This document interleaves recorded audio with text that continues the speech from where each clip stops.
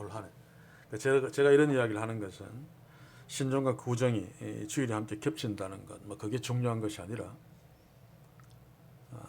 한 번도 경험하지 못했던 이런 신정과 구정의 주일처럼 올 한 해 우리가 이전에 한 번도 경험하지 못했던 하나님의 놀라운 축복을 누리는 한 해. 그래서 모든 것이 영적으로나 육적으로나 해결받으며 감사함으로 찬송함으로 이 안에 살아가는 그런 일이 있기를 소원하는 마음에서 올 한 해 신정도 주일이고 구정도 주일이고 참 내 기억에는 없는 특별한 날이다. 그래서 오늘 이 한 해 이 교회에 속한 성도님들이 이전에 제 기억이 없는 하나님의 축복을 누릴 수 있기를 소원합니다. 자, 오늘 말씀은 지난주일 말씀을 계속 하게 되는데 오늘은 19세기 초에 살았던 레온 왈라스라는 사람의 이야기로 오늘 설교를 열기를 원합니다. 19세기 초에 살았던 레온 왈라스는 당시 미국에서 참 유명한 사람이었다고 합니다. 군대 장군이었고 또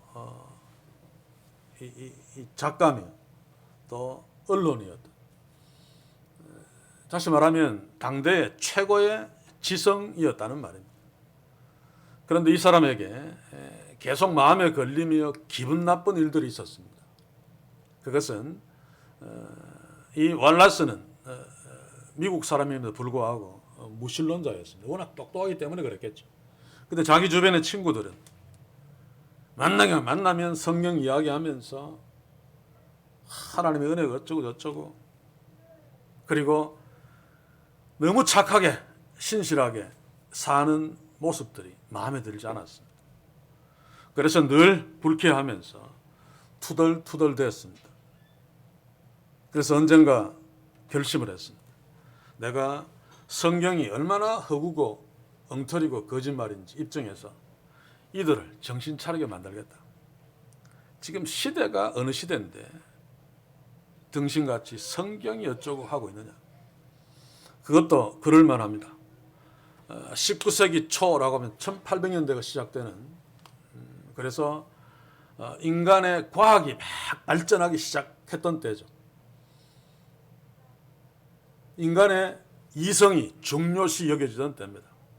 그 이전까지는 하나님의 생각이 중요시 여겨졌지만은, 그러다가 인간의 생각, 인간의 이성이 더 중요하게 여겨지기 시작하던 때, 그래서 이때를 이성주의 시대다라고 표현하기도 합니다만, 그래서 왈라스는 이런 시대에 뒤떨어지게 성경이 어쩌고저쩌고 하면서 성경에 심취되어 사는 자신의 친구들이 마음에 들지 않아서 이런 결단을 했던 것 같습니다. 그래서 성경이 엉터리라는 것을 입증하기 위해서 열심히 성경을 읽다가 여러분들이 물론 짐작하는 대로 성경 속에 계시된 하나님을 만나고 그 하나님 앞에 거꾸러집니다. 그리고 그는 성경에서 만난 하나님을 책으로, 글로 표현하기 시작해서 책 한 권을 썼습니다. 그 책 세계적으로 많은 사람들을 감동시켰고, 그 책이 결국 영어로까지 만들어져서 한국에서도 상영되었습니다. 명작이죠.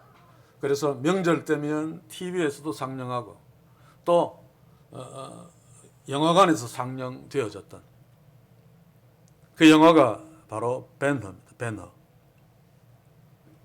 아마 여기 계신 분들도 본 사람들은 봤을 거고, 벤허라고 하는 제목을 모르는 사람은 없을 텐데, 벤은 아들이라는 뜻입니다. 허는 그, 그래서 그의 아들, 하나님의 아들이라는 뜻이죠. 아무튼 이 레온 왈라스는 성경이 엉터리라는 것을 입증하기 위해서 성경을 읽다가 하나님을 만나고 그 하나님을 만난 그것을 소재로 책을 쓰고, 그 책으로 인하여 많은 사람들이 하나님을 만나게 되는, 제가 이런 이야기를 하는 것은 그가 부정적인 마음을 가지고 접근했든지 간에 성경을 읽으면 놀라운 변화, 놀라운 역사가 일어난다는 것입니다. 물론 모든 사람이 성경을 읽다가 하나님을 만나고 거듭나고 구원받는 것은 아닙니다. 성령이 역사해야만 하나님을 만날 수 있고 거듭날 수 있으며 변화될 수 있고 왈라스처럼 새로운 삶을 살 수 있습니다.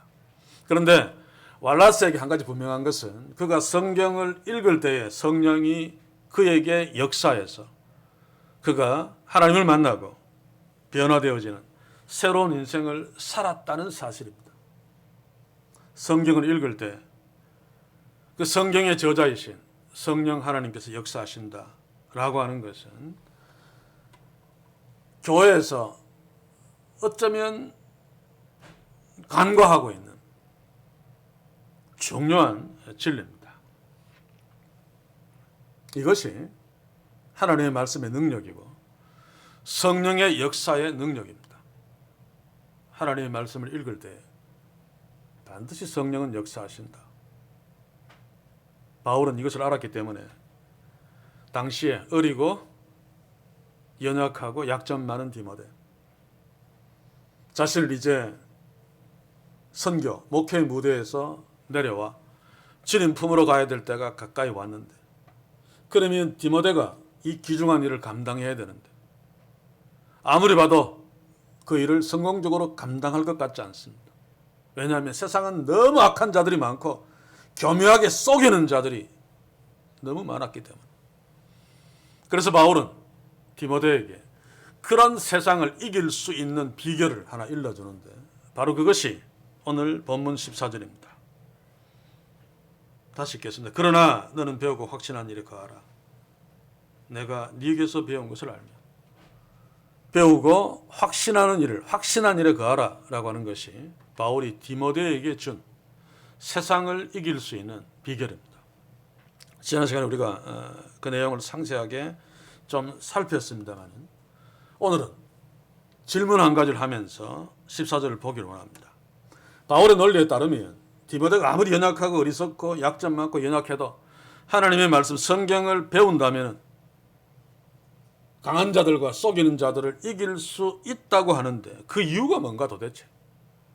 성경이 도대체 뭐길래 성경을 배우면 디모데가 세상을 이길 수 있는가? 라고 하는 질문입니다. 왜입니까? 그것은 성경을 통해서 전능하신 성령 하나님이 역사하시기 때문입니다. 그래서 바울은 디모데에게 성경을 배우라, 배우고 확신한 일에 거하라 라고 명령하고 있습니다. 성경을 배우면 성령이 그에게 역사합니다. 성령이 역사하는 자를 세상에 이길 수 없죠. 자, 그러면 성경을 배우면 성령이 역사하는 그 사실을 오늘 본문으로 증명해 드리겠습니다. 배우고 확신한 일에 거하라 라고 바울이 디모데에게 명령한 그 명령을 원문대로 보시면 배우고는 능동태입니다. 당연하죠. 디모데가 성경을 배우려고 애써야 됩니다. 적극적으로 배움의 자리에 본인이 서야 되죠. 그런데 확신한 일에 거하라 라고 하는 말에서 확신한이라고 하는 이 분사는 놀랍게도 수동태입니다.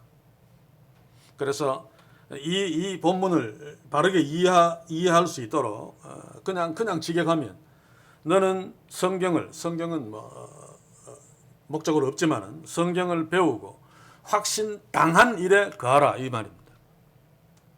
성경을 배우는 것은 자신이 합니다만 그것으로 인해서 확신하는 일은 자신이 하는 것이 아니라 확신당한다는 말이죠. 그 말은 무슨 말입니까? 성령에 의해서 확신당한다는 말입니다. 디모데가 성경을 배울 때 성령께서 그에게 확신하게 만든다는 말입니다. 다르게 이야기하면 디모데가 성경을 배울 때 성령이 디모데를 지배한다는 말입니다. 다스린다는 말입니다. 제가 늘 강조하는 것이 그것이죠. 한국교회에서 말하는 성령 충만은 순 가짜입니다. 가짜. 사람 기분을 막 들뜨게 만들어서 막 북쪽에 성령 충만 성령 집회에 큰 무기 동원 안 되는 동네 없죠. 찬송가도 막 빠르게 막 돌아가는 찬송을 부르지 않는 동네가 없죠.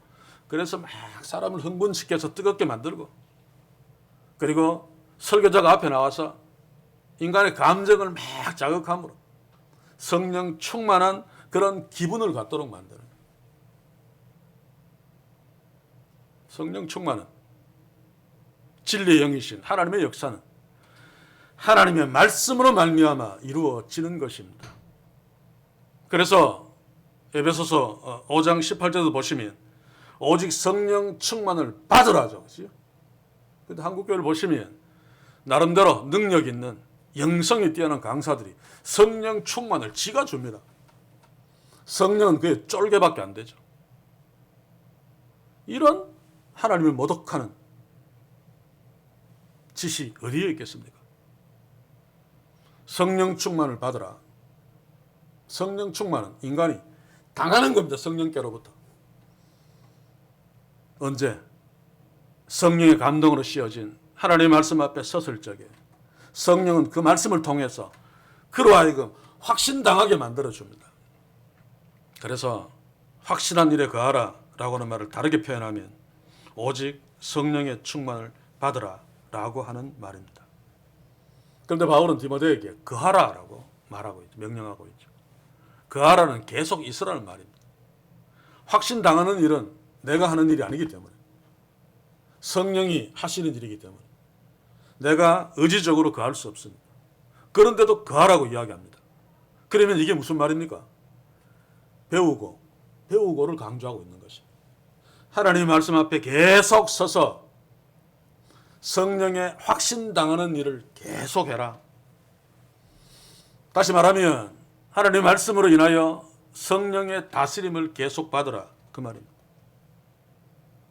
어리고 약하고 약점 많은 디모데가 정말 강하고 악한 세상, 묘하게 교묘하게 속이는 자들을 이길 수 있는 유일한 길은 하나님의 말씀을 인하여 계속 성령의 다스림을 받는 것밖에 없습니다. 한국교회 용어를 빌린다면 성령 충만을 받는 길밖에 없습니다. 그러면 결코 악한 자들, 속이는 자들에게 지지 않을 것입니다. 그래서 바울은 디모데에게 배우고 확신하는 일에 거하라 라고 명령하고 있는 것입니다. 그래서 연약한 디모데가 강하고 악하고 속이는 세상을 이길 수 있는 유일한 길은 성경을 배우는 것이죠. 성경 말씀 앞에 계속 서는 것입니다. 그러므로 확신당하는 성령이 다스리는 일에 계속 거하는 것. 이게 바울이 디모데에게 세상을 이길 수 있는 유일한 방법으로 제시한 것입니다. 사랑하는 성도 여러분, 자, 성경을 배우면 성령의 확신당함으로 성령의 다스림을 받게 되는데, 그러면 연약한 디모데라도 악한 세상과 강한 세상과 교묘하게 속이는 자들을 넉넉히 이길 수 있는데, 그 이유는 단순하죠. 그들보다 성령 하나님이 더욱 지혜로우시고 성령 하나님이 더욱 강하시기 때문입니다. 자, 그러면 또 한 가지 질문을 할 필요가 있습니다. 성경이 대체 뭐길래 성경을 배우면 전능하신 성령 하나님이 다스리시고 지배하시고 성경을 배우는 자에게 확신하도록 확신당하게 해주시는가? 성경이 도대체 뭐길래? 지난주에도 말씀드렸습니다만 바로 그 답을 사도 바울은 15절에서 17절까지 말하고 있죠. 유명한 말씀입니다. 자, 이 15절에서 17절까지는 다음 시간에 더 상세하게 보겠습니다. 오늘은 15절만 보겠습니다만 15절부터 17절까지 한번 제가 읽어드리겠습니다. 또 네가 어려서부터 성경을 알았나니 성경은 능히 너로 하여금 그리스도 예수 안에 있는 믿음으로 말미암아 구원에 이르는 지혜가 있게 하느니라. 모든 성경은 하나님의 감동으로 된 것으로 교훈과 책망과 바르게 함과 의로 교육하기에 유익하니 이는 하나님의 사람으로 온전케 하며 모든 선한 일을 행하기에 온전케 하려 함이니라. 하나님의 말씀에 대한 바울의 성경관이라고 보통 이야기하는데 성경의 정의입니다. 그렇죠? 성경이 이렇기 때문에 그 연약하고 어린 디모데가 이 성경 말씀을 배우면 성령에 의해서 확신당하게 되고 그것에 계속 거하면 어떤 세상에 강한 자라도 어떤 속이는 자라도 이길 수 있다는 말입니다. 자, 그러면 15절을 다시 보겠습니다. 15절만. 네가 어려서부터 성경을 알았나니 성경은 능히 너로 하여금 그리스도 예수 안에 있는 믿음으로 말미암아 구원에 이르게 하는 지혜가 있게 하느니라. 사도 바울이 디모데에게 성경의 능력이 이런 거다라고 지금 말해주고 있는 거죠. 뭡니까? 쉽게 이야기하면 성경은 너로 하여금 예수를 믿게 한다. 다르게 말하면 성경은 너로 하여금 구원에 이르게 하는 지혜를 소유하게 만든다. 또 다르게 이야기하면 성경만이 너로 하여금 예수 그리스도를 알게 하고 믿게 한다. 그 말입니다. 자, 그런데 성경이 이런 것들을 겨우 하는 것이 아니라 능히 한다라고 사도 바울은 말합니다. 하나님의 말씀을 통한 성령 하나님의 역사는 하나님이 구원하기로 예정한 자들을 실패 없이 넉넉히 구원하신다는 말입니다. 그래서 성경은 죄인들인 우리가 구원받는데 절대적인 조건이죠. 왜입니까? 하나님이 계시된 성경만이 죄인들이 자신을 구원하시는 하나님을 만날 수 있기 때문입니다. 성경이 아니고는 하나님을 만날 수 없죠. 그러므로 성경이 죄인들을 구원한다 라고 그냥 단적으로 표현해도 틀리지 않습니다.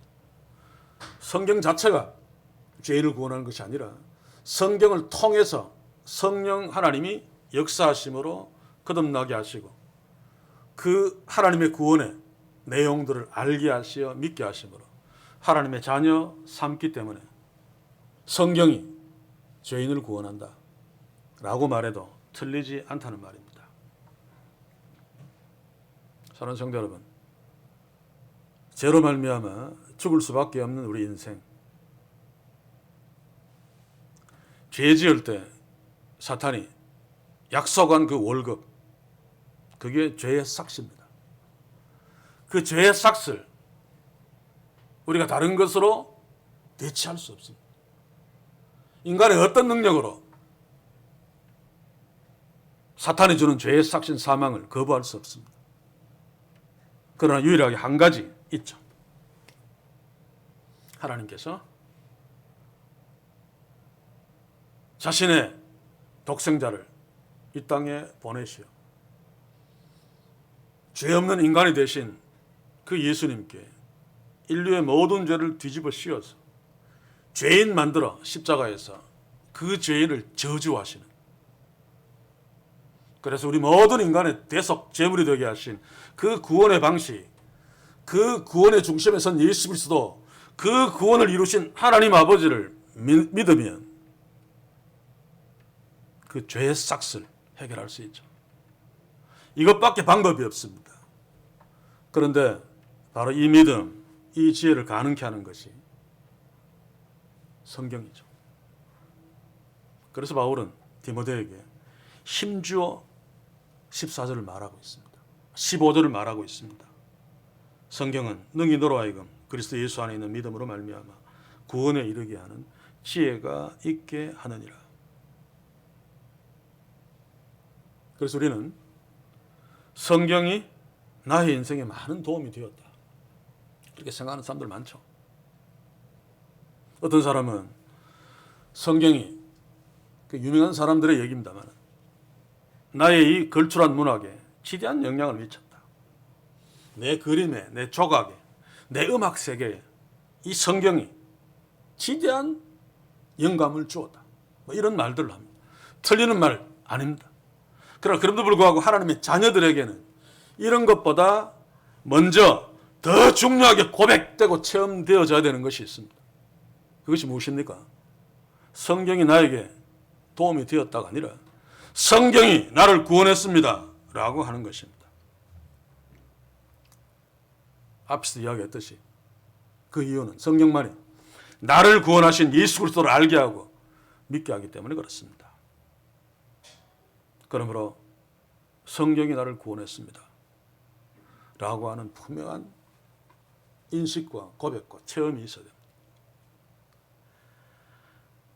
그런데 성경은 우리를 구원했을 뿐만 아니라 지금도 우리를 구원하고 있죠.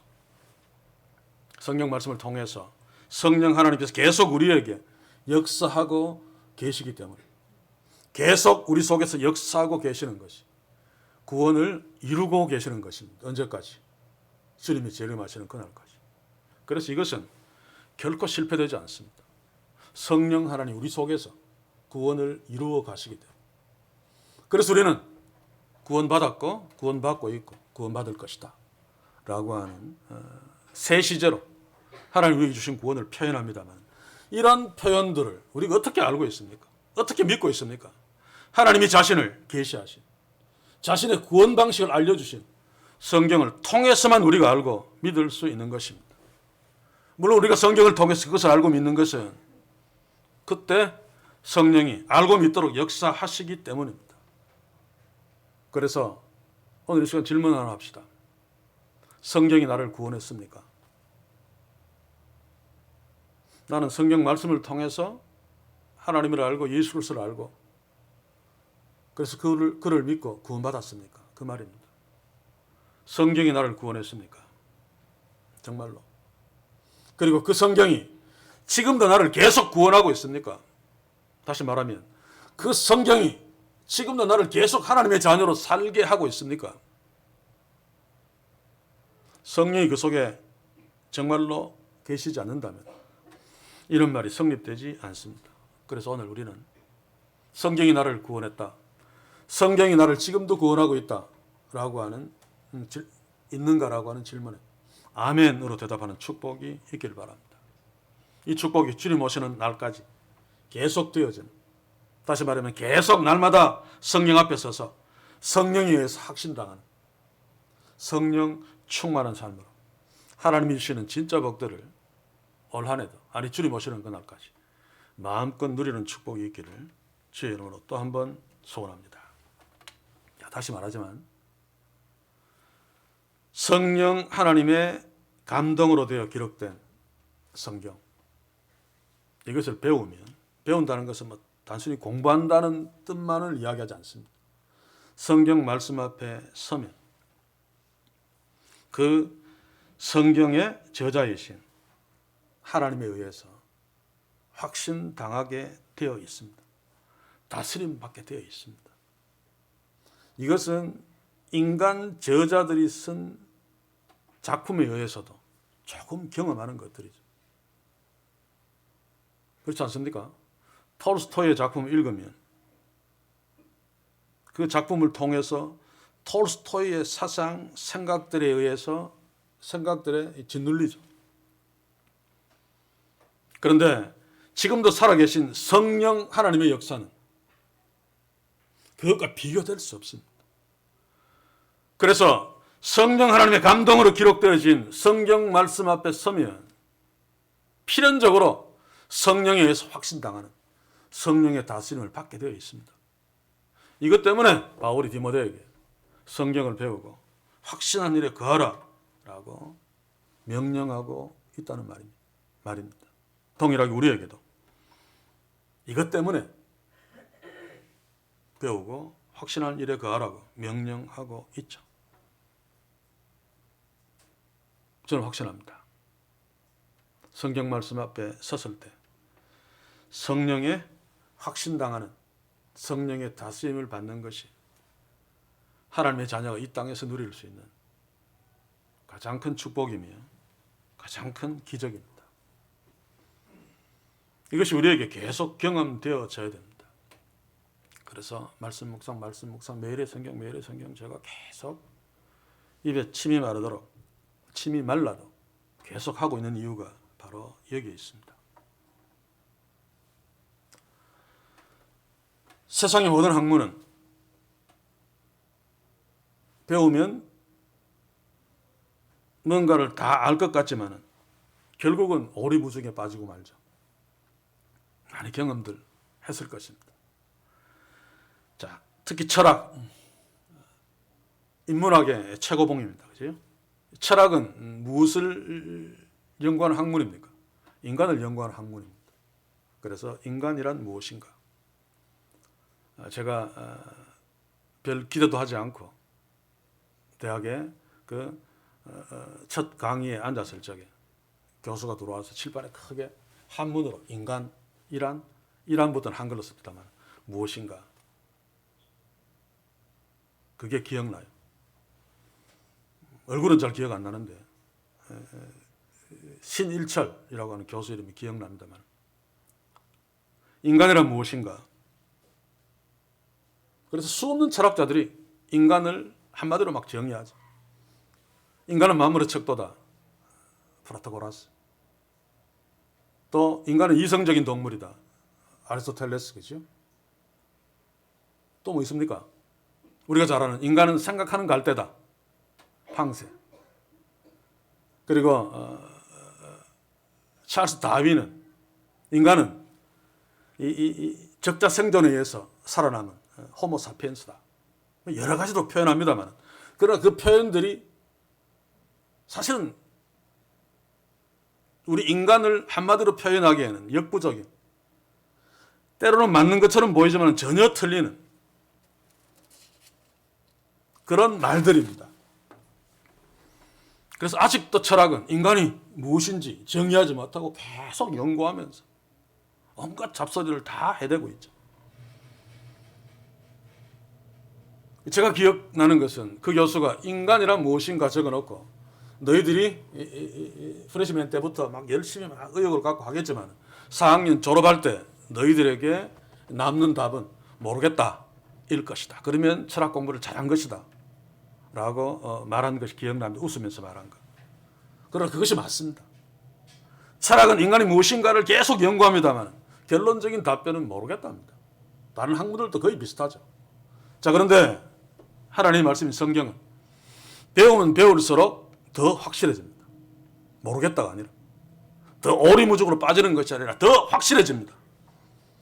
성령이 역사하시기 때문인데 성경을 배우면 희미했던 하나님이 나의 아버지 하나님이라는 사실이 더욱 확실해집니다. 성경을 배우면 내가 천국 갈 수 있을까? 희미했던 나의 구원이 확실해집니다.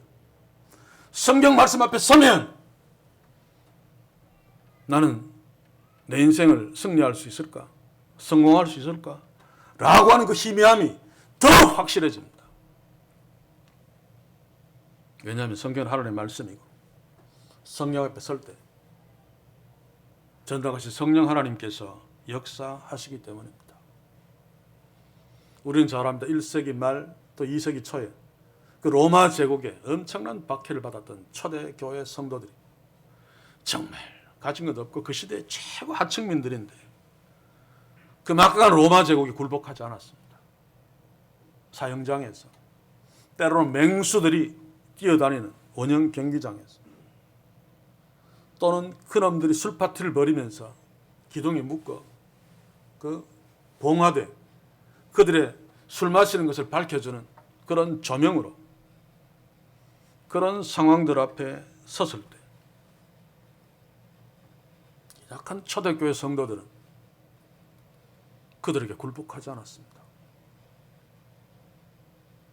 이게 실화인지 아닌지는 모르겠습니다만 제가 책을 읽으면서 계속 가슴에 새겨지는 것이 원형 경기장에서 이제 묶여있는 여자 그 옆에 어린아이가 같이 있는데 저기서 탁 틀이 팍 위로 올라가면서 사자하고 막 탁 튀어나오는 것을 이 어린아이가 보면서 엄마 무서워 조금만 참아 곧 밝아질 거야.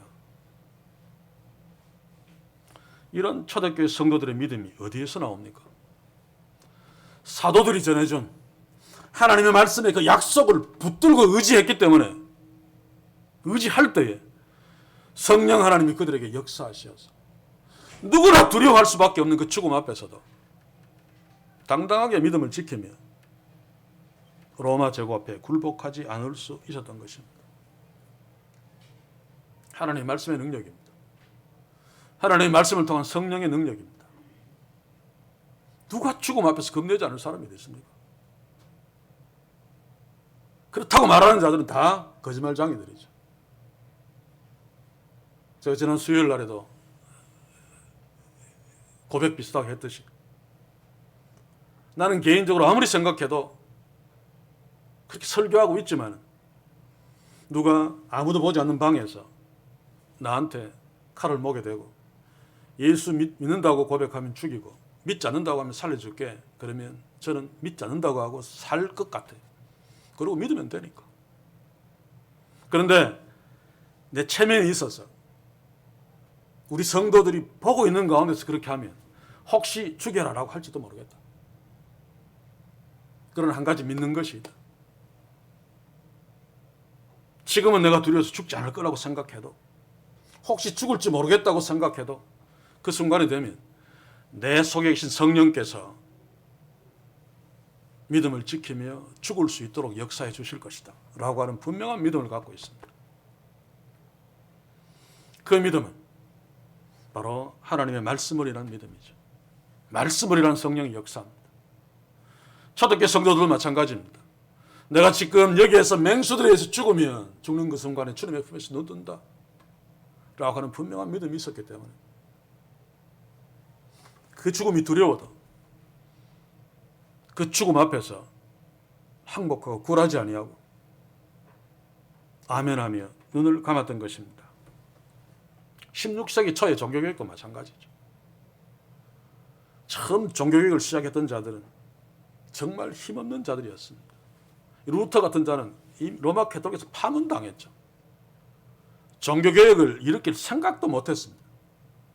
그냥 파문당한 것이 너무 억울해서 95개 조항을 만들어서 비텐베르크 성당 앞에 붙였습니다. 그냥 우리가 대자보 붙이듯이. 근데 그게 도화선이 되어서 놀라운 종교개혁의 역사가 일어났죠.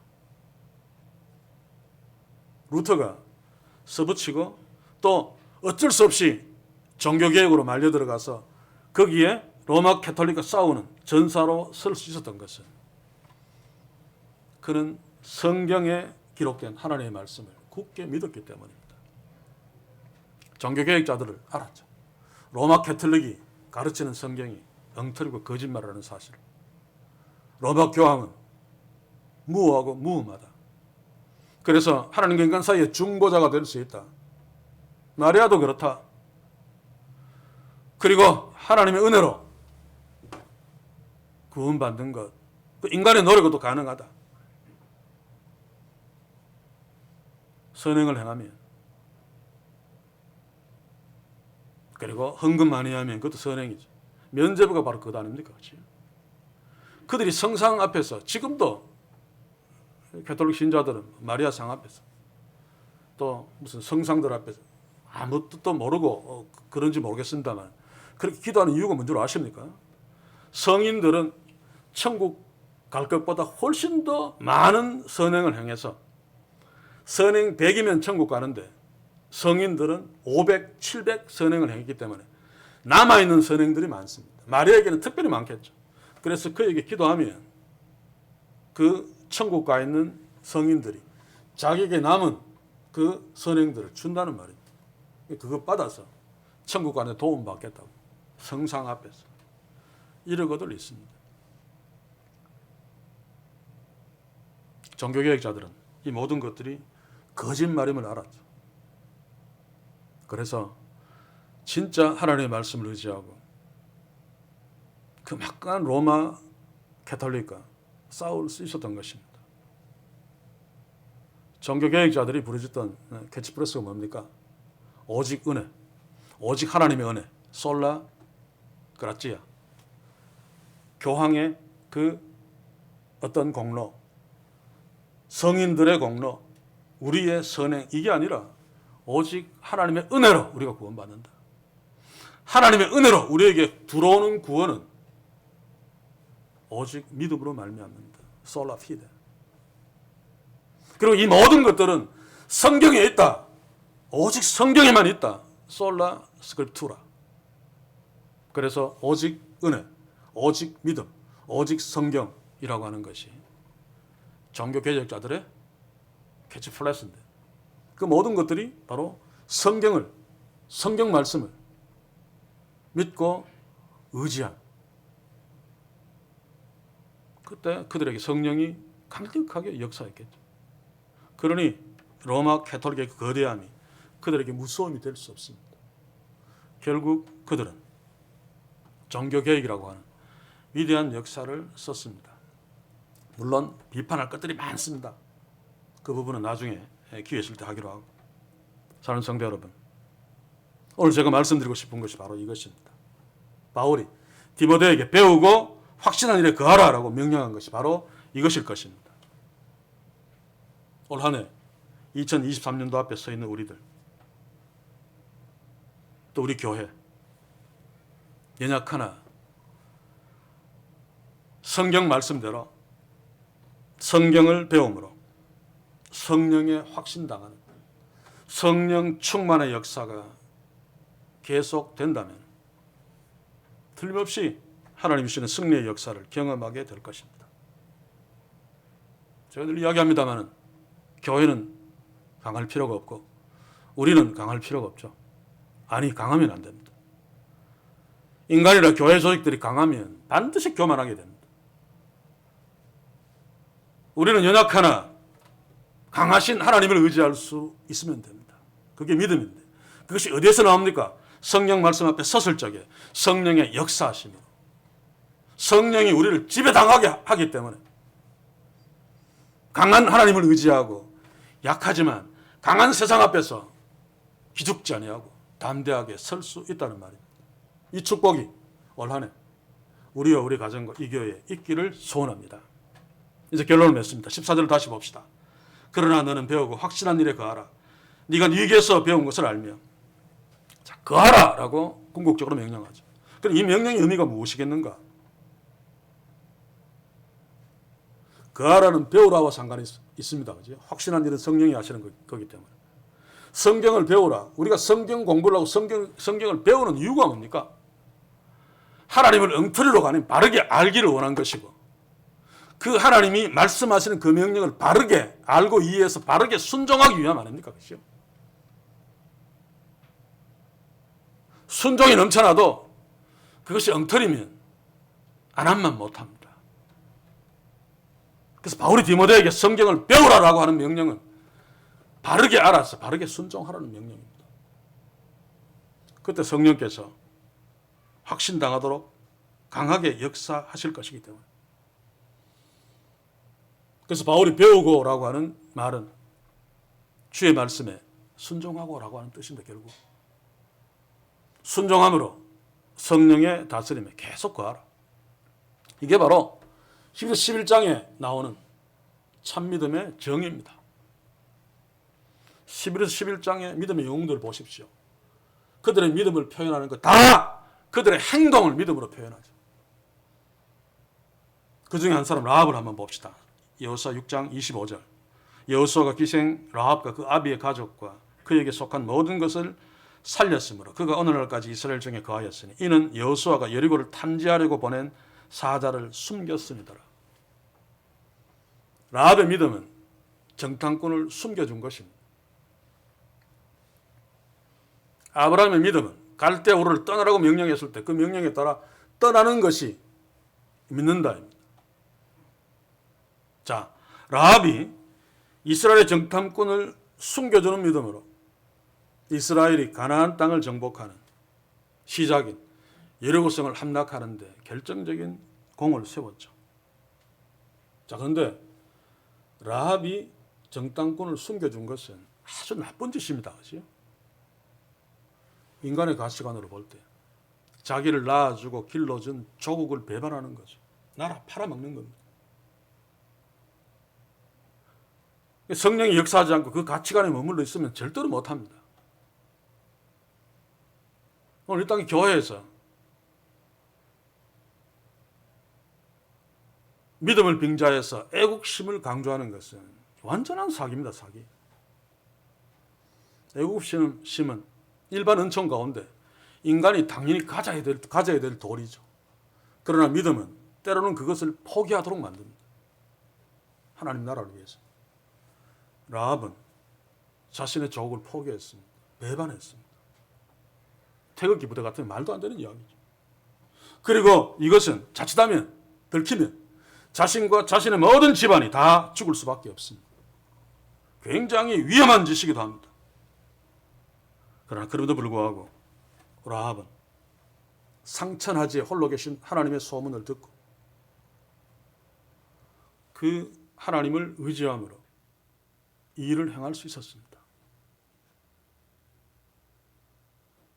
성령 하나님은 라합이 상천하지에 하나님이 하시는 일들을 들을 때 역사하셔서 라합으로 하여금 그 말도 안 되는 매국노짓, 그 말도 안 되는 위험한 짓을 하게 하는 믿음의 역사를 한 것이죠. 그래서 일곱성이 함락되는 역사를 라합이 믿음으로 하나님의 역사를 이끌어내던 것입니다.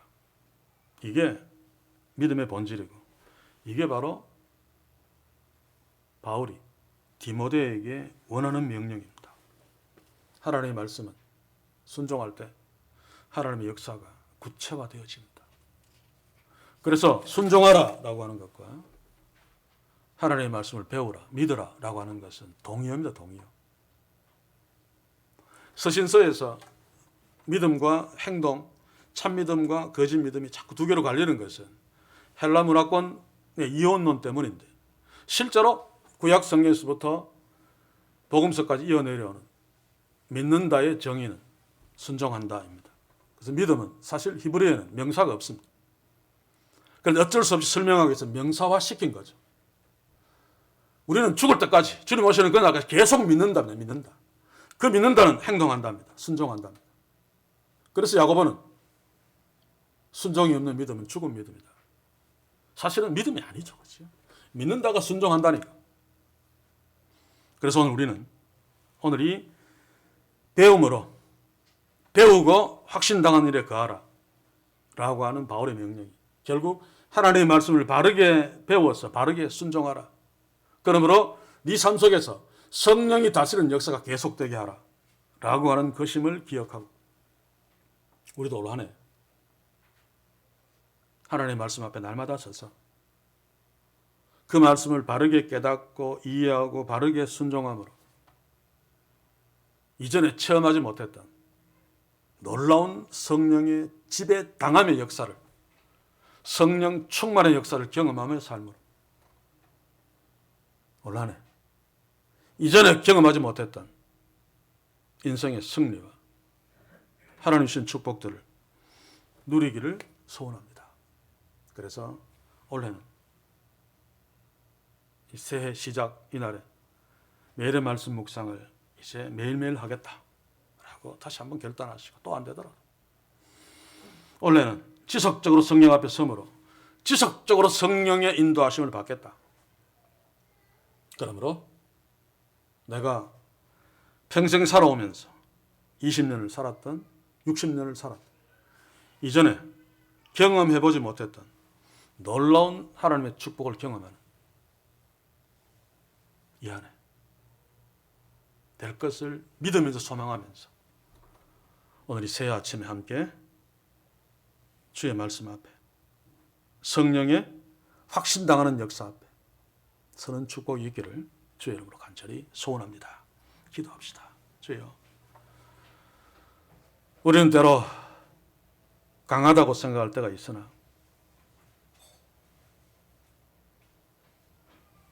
조금 돈 많은 부자 앞에서도 또 수억짜리 승용차를 타고 있는 사람 앞에만 서도 괜히 어깨가 쪼그라들고 기가 죽는 정말 지독하게 연약한 자임을 다시 한번 고백합니다. 그러나 그럼에도 불구하고 우리의 친아버지가 어느지의 왕이신 전능하신 하나님이심을 믿습니다. 그럼에도 불구하고 이 믿음이 희미하여져서 자주 세상 앞에 굴복하고 자주 비굴하게 세상 앞에 두 손을 모으며 고개를 숙이는 우리 모두를 긍휼히 여기소서. 오늘 이 시간 바울이 디모데에게 명령한 대로 우리는 연약하나 하나님의 말씀 앞에 섬으로 강하신 성령께서 우리를 지배하시고 다스리심으로 강한 세상 앞에서 비굴하지 아니하고 타협하지 아니하고 굴복하지 아니하고 담대하게 하나님의 아들로 서서 나아가는 놀라운 승리의 축복을 이 안에 우리가 말씀 앞에 섬으로 성령 역사하심으로 허락해 주시옵소서. 예수님의 이름으로 기도하옵나이다. 아멘.